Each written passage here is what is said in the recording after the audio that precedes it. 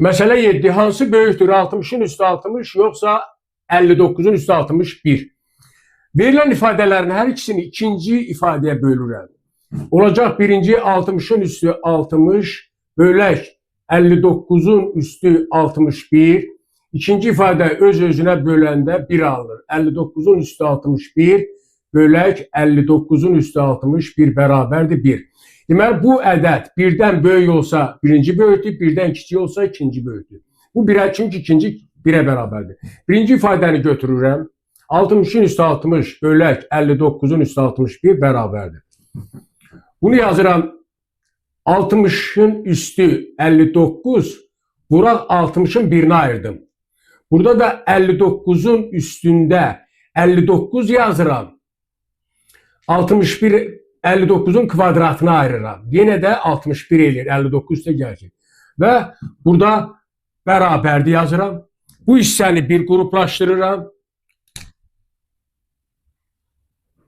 Onda olacaq 60 bölək 59'un üstündə qüvvət 59.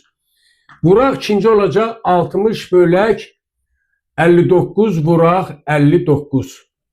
Burada. Bu da bərabərdir.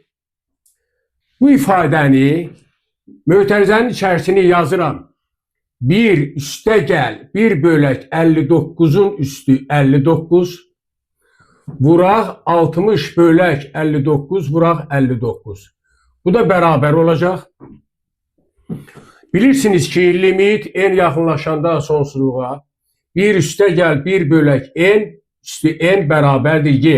Y də 2 ilə 3 arasında irrasional ədəddir.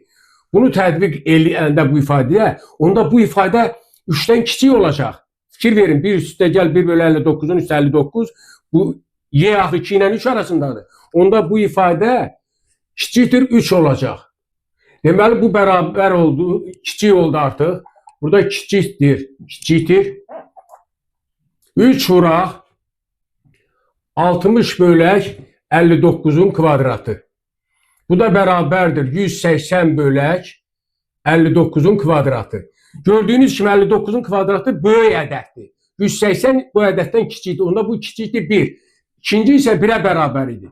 Buradan çıxır ki, verilən ifadələrdən birinci 60'ın üstü 60 kiçikdir 59'un üstü 61 alırıq.